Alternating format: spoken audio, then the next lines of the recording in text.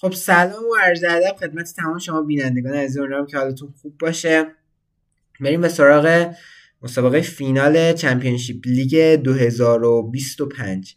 همونطور که میبینین اون بست آف 4 اون وسط شده بست آف 5، چون تا اینجای مسابقه چون گروهی بودش در یه حالت خاصی بازی میتونست 2-2 مساوی بشه، ولی از اینجای کار به بعد، یعنی از اینجای کار به بعد که من یه بازی دیگه فقط فیناله تش 3-2 خواهد بود که یعنی 2-2 هم بشه یه فریم دیگه بازی میکنن که برنده داشته باشه و این جذابیت کار رو میافزاید کمی. جو کانر میاد یه سیفتی در ابتدای کار بزنه و توپی نداده به استفن مگوایر و از این ور توپ میافته دست خوده جو کانر.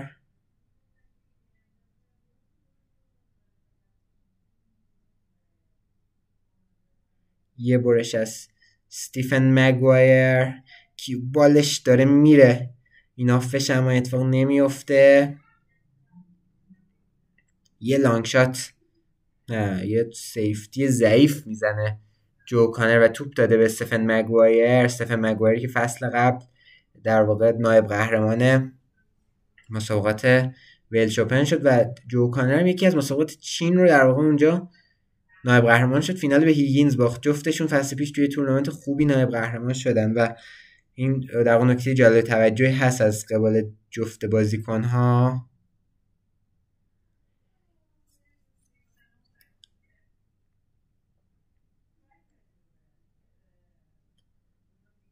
قرمز رو هم زده، صورتی فکر کنم غیر قابل پات باشه، از اون لاچ صورتی رد میکنه استیفن مگوایر. دوستان امیدوارم که در واقع از اینجا تا اینجای مسابقات چمپیونشیپ لیگ لذت برده باشین، از فینالش هم لذت ببرین. بعد از چمپیونشیپ لیگ بلافاصله میریم سراغ شانگهای مسترز. البته یکی دو تا روز دیگه وقت خالی داریم، حالا یه چند تا ویدیو میذاریم بعد میریم سراغ شانگهای مسترز.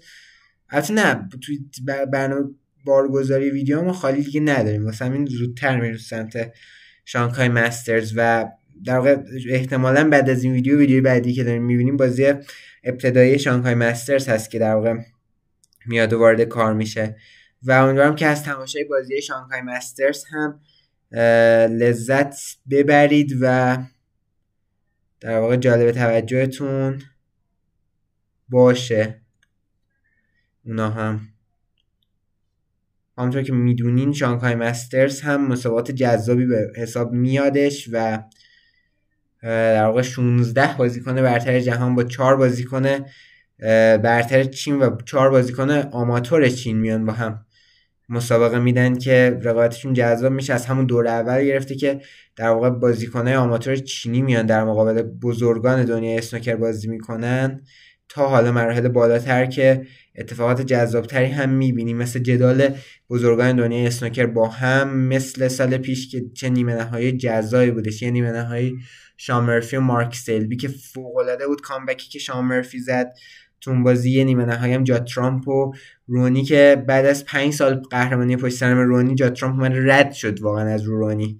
قبل از اون هم بازی خیلی خوبی داشتیم. بازی پلانت میخواد بزنه، یه پلانت از استفن مگوایر زده میشه. قبل از اون هم بازی خیلی خوبی داشتیم، بازی در واقع جا ترامپ و مارک ویلیامز رو داشتیم، بازی فوق‌العاده رونی و دینگو داشتیم دیگه، بازی رونی و یه بازیکن به نام ژانگ داشتیم که بازیکن آماتور بود و اون بازی هم خیلی قشنگ بود. بازی سیو ترامپ رو داشتیم، بازی سیو لوکا برسل رو داشتیم. اینا همه بازی بسیار جذابی در فصل گذشته تور حرفه‌ای‌ها از سری مسابقات شانگهای مسترز بود که بسیار به نظر مسابقه جذابی بود. با یه بک اسپین کامپیوتر میفرسته رو بک تو تب استفن مگوایر، اتفاق عجیب غریبی که همزمان افتاد رو کامپیوتر و ضربه استفن مگوایر، ولی به هر حال فریم اول داره به سمت استفن مگوایر که چرخیده. بعد دیگه یکیچ به نفع استفن مگوایر بعد بدونیم این بازی و بریکش هم 60 داره، میتونه سنچری هم بزنه تو همین فریم ابتدای استفن مگوایر. ببینیم که این اتفاق میفته یا که نه. 68 تا این قرمزه هم پات شده، مشکی هم همینطور 76 تا، زرد 78 سنچوری که خواهد شد اگه همه توپا رو بزنه. به نظرم مشکلی هم پیش نخواهد اومد برای زدن همه توپا. اینجا یه ذره کنترل برش به قهوه‌ای نه، واسه میدل پاکت میکشون قهوه. اگه سبزه پات بشه که پات میشه، تا توپ آبی چی نه، خیلی خوب کیوبالو میکشونه تا سمت توپ آبی. یه ذره شادابی سخت باشه ولی خیلی مشکلی نخواه حد بود که البته نمیس میکنه و بریکش رو عدد 85 متوقف میشه. 1-0 به نفع استفن مگوایر با یک بریک 85 که ثبت کرده ایشون.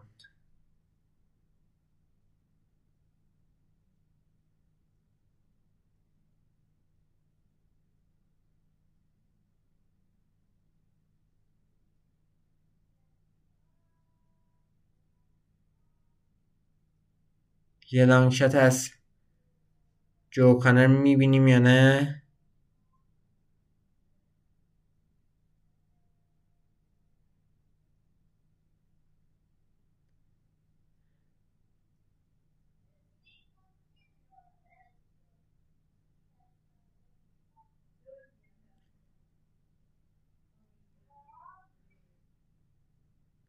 و حالا ببینیم لانگ شات میزنه جو کانر یا نه. اوه چه توپی رو انتخاب کرد برای لانگ شات و عجب لانگ شاتی انصافا زد جو کانر. چقدر تمیز، چقدر خوشگل. حالا سیفتی هم میخواد بزن، لانگ شاتش در حد همون 1 امتیاز موند ولی خیلی لانگ شات تر تمیز و خوبی زدش و چه خط خوبی برای خروج پیدا کرد جو کانر.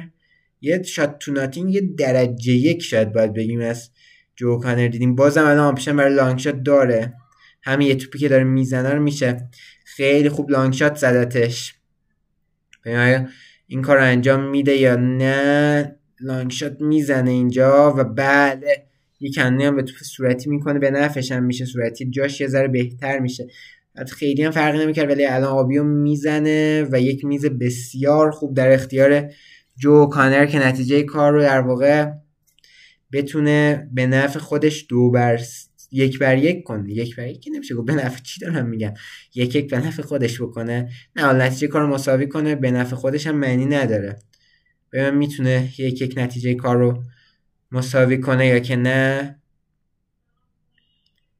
به نظر شاید طوری میاد که اتفاق قابل تصور هست حداقل، چون میز خیلی شرایطش اوکی تر از هر چیزی که فکرشو بکنین و همه چی مهیای اینه که این فریم به سمت جو اوکانر بچرخه و نتیجه کار در واقع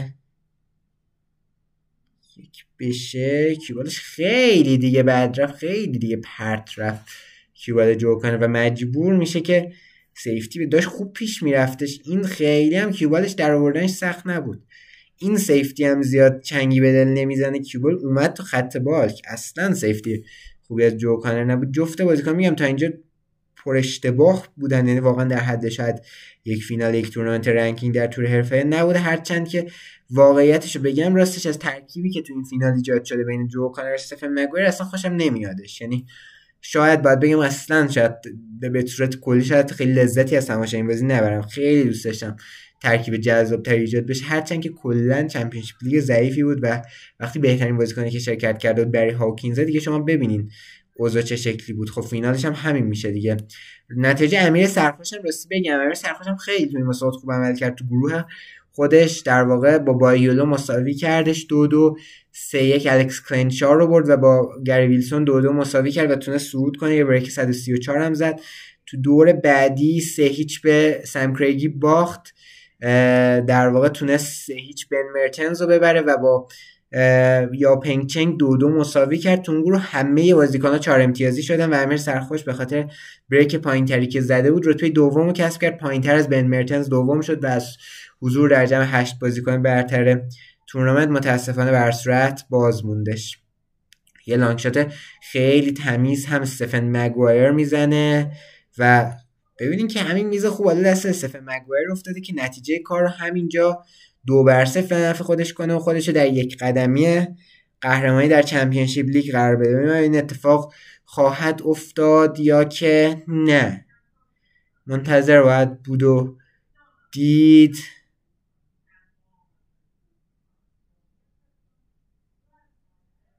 یه کنون خوشگلم اینجا به این قرمزه میکنه.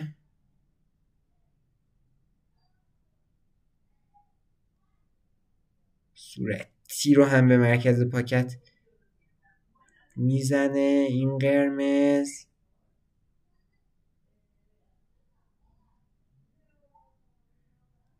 مشکی قرمز به مرکز پاکت میره و حالا دیگه باید سیفتی بازی رو شروع کنن و دیگه حالا میفرسته پشت صورتی و کار سخت میکنه. یه خطا میخوادش جو کانر. کیوبال داره کجا میره؟ پشت توپ آبی رو پیدا میکنه جو کانر. یه عذرخواهی هم شاید باید بکنه از استفن مگوایر. با خوش شانسی همین اول در خودش اسنوکر بک میکنه استفن مگوایر رو. استفن مگوایر هم ضربه خوبی به خوبی خارج میشه. حالا پشت صورتی رو میتونه پیدا کنه جو کانر. پشت صورتی رو هم خوب پیدا نمیکنه. ضرب بیاره پشت قهوه یه ذره سخت میشه کار بره استفن مگوایر. میتونه از بغل در بیاد. ضربه سختی خواهد بود این ضربه برای مگوایر. خیلی عالی در اومد و عالی بودش و تحسینم میکنه جو کانر. حالا پشت توپ صورتی و احتمال هدف خواهد گرفت چون دوربین بده، اینقدر بد قیافه نیست بیچاره جو کانر. در واقع داره میره سمت پاکت، پات نمیشه و یه جورایی همین پات نشده باعث میشه فریم دو دستی بیاد دو دسته در واقع استفن مگوایر و بله تمام میشه. حتی همچنان اگه اینو دابلش پات نشه باز خواهد گشت جو کانر. احتمالاً 2 تا خطا میخوادش پشت توپ قهوه‌ای.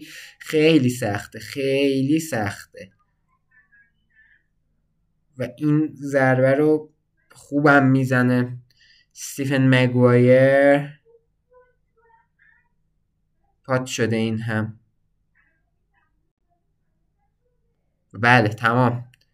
در واقع نتیجه کار 2-0 نفع استفن مگوایر. آبی لانگ شات با اختلاف میس کرده. میگم خیلی پر اشتباه همین استفن مگوایر تا اینجا بوده ولی خب به هر حال بازیکن برتر بوده. میگم ترکیب فینال اصلا ترکیب خوشگلی نیست از نظر من. نمیدونم چی بگم.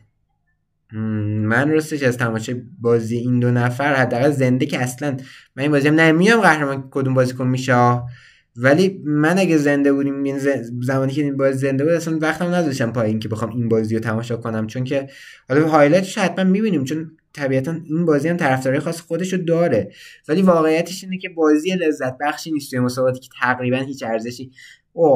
همین اول استفن مگوایر تو پات میکنه و کیوبال ایناف میشه. 4 امتیاز به جو کانر میده. من بازی که دارم میبینم رو در واقع اصلا واقعا ارزشی برای این بازی قائل نیستم. شاید خیلی از بزرگان دنیای اسنوکر هم نظر باشن و نشینن این بازی رو تماشا کنن. شاید حتی اونقدر بازی برای خود دو بازیکن هم مهم نباشه چون تهش اختلاف سر 12,000 پونده این بازی که واقعا ارزش اون آنچنانی توی حالا چیزای بالاتر نداره. تو رنکینگ توی ترازای بالاتر توی رنکینگ جهانی نداره این مسئله و داریم میبینیم دیگه چه شکلی داره بازی پیش میره. لانگ شات از استفن مگوایر پات شده وایستاد برای توپ مشکی. نواین نستاد.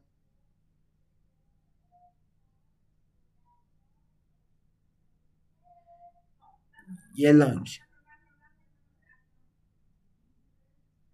لانگ شات نمیره از استفن مگوایر.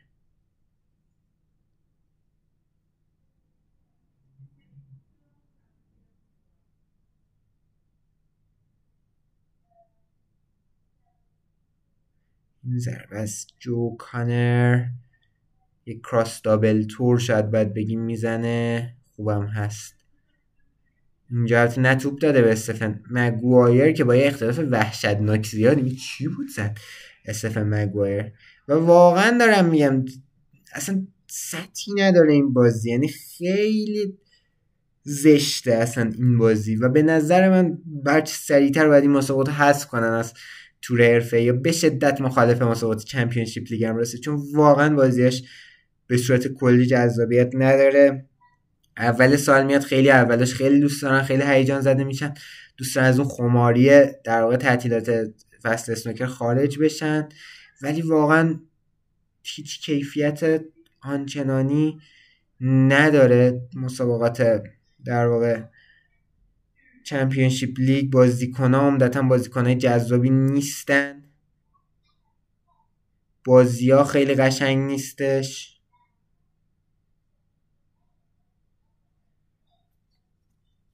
و خیلی شانس، خیلی بازی‌ها کوتاه، رو اعصاب، روزی 3 تا بازی میان میکنن، شلوغه یه ذره برنامه‌اش. من راستش خیلی حال نمی‌کنم واسه چمپیونشیپ لیگ، ولی حالا ببینیم نظر شما چی، بنویسین تو کامنت ها، سرش هم میتونیم بحث کنیم. حتما قطعا تک تک کامنت های شما ارزش صحبت کردن و بحث. کامنت های تخصصی که میدین، یعنی حالا یکی بیاد تشویق کنه یا یکی بیاد فحش بده که ارزش بحثی صحبت کردن نداره. دم اون کسی که تشویق کرده گرم و دست اون کسی که فحش دادم درد نکن، نظرش اومده گفته، حالا ممنون میشیم ازش مؤدبانه ترم بگه. اونی که نقدم کردم باز اون البته قابل در واقع حرف جواب دادن هست، گاهی اوقات نقدش به جای جواب میگیم چشم حتما درست خواهد شد، گاهی اوقات نقدش نابجای، صحبت میکنیم راجع به دلیلش میپرسیم و سعی میکنیم یکی از طرفین قانع بشن که یا حال من دارم اشتباه میکنم یا اون داره اشتباه میکنه. ولی وقتی یه نکته تخصصی در مورد اسنوکر میگیم، خب خیلی قابل بحثه. فریم برد جو کانر 2-1 میشه، حالا ببینیم آیا کامبکی تو راه هست از طرف او یا که نه. صورتی قرمز برای اینور، حالا توپ مشکی رو هم میزنه. 71 تا به اینجای کار بریک زده، 71 امتیاز پیاپی، 71 امتیاز خوب تا اینجا گرفته.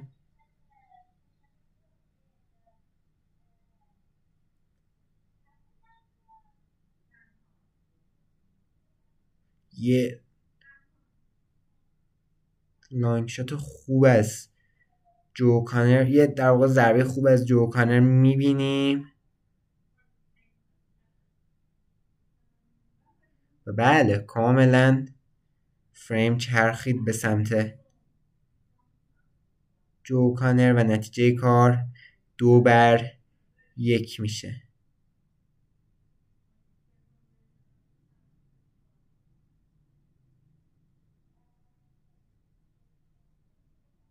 تمام، 2-1 به نفع جو او کانر.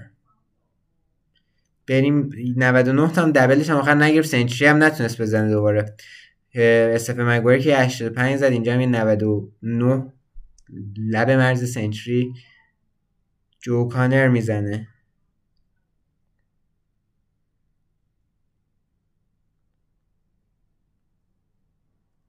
خب یه لانگ شات اینجا استف مگوایر میزنه، قهوه‌ای پشت بندش پات میشه، خوبم قهوه‌ای رو میزنه و یک میز خوب در اختیار استف مگوایر قرار میگیره. واقعا تا اینجای مسابقه جذاب، ضربه جذابی که واقعا داشت اون لانگ شاتی بود که تو فریم دوم جو کانر زد و خوب کیوبال خارج کرد که واقعا اون در حد سوپر شات بود. واقعا بقیه ضربات کاملا معمولی، خیلی ضربات گاهی اوقات آماتور زده شده، میگم بی‌کیفیت بوده کلا همه چی. این بازی تماشاچی‌ها نیست تو این مسابقات چمپیونشیپ لیگ، تماشاچی نیستن و این خیلی از جذابیت کار میکاهه دیگه.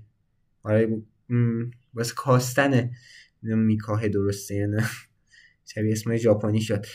واسه کاستن در واقع جذابیت کار میشه. همه اینا هست و قابل درک هم هست این مسئله.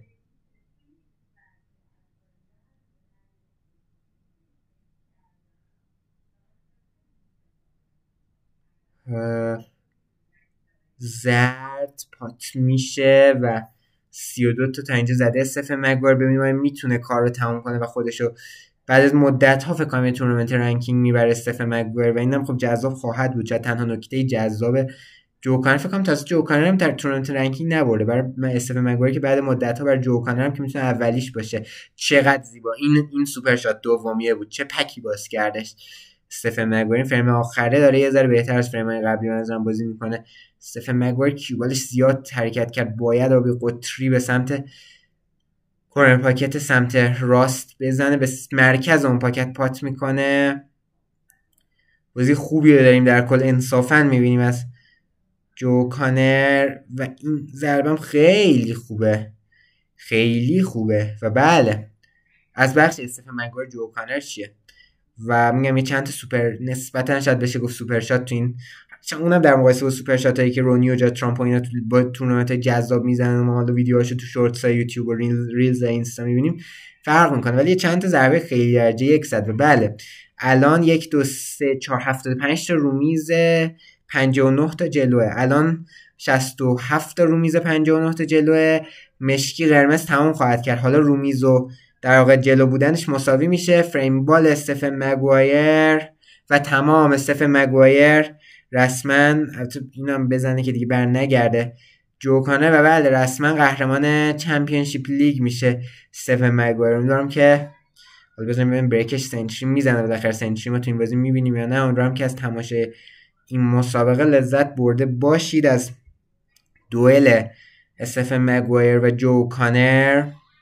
ببینیم سنچری تو راه هست یا که نقره میس کنه، این رو هم پات کرده، یه قرمز لبه باند دیگه داره برای بررسی حداقل و مشکی رو میس میکنه و تمام میشه نتیجه کار. امیدوارم که از تماشای مسابقه لذت برده باشید. به استفن مگوایر تبریک میگیم پیروزیشو، به دو بازیکنم خسته نباشید میگیم. خیلی ممنون که امروز هم همراه ما بودید. فعلا خدا نگهدار.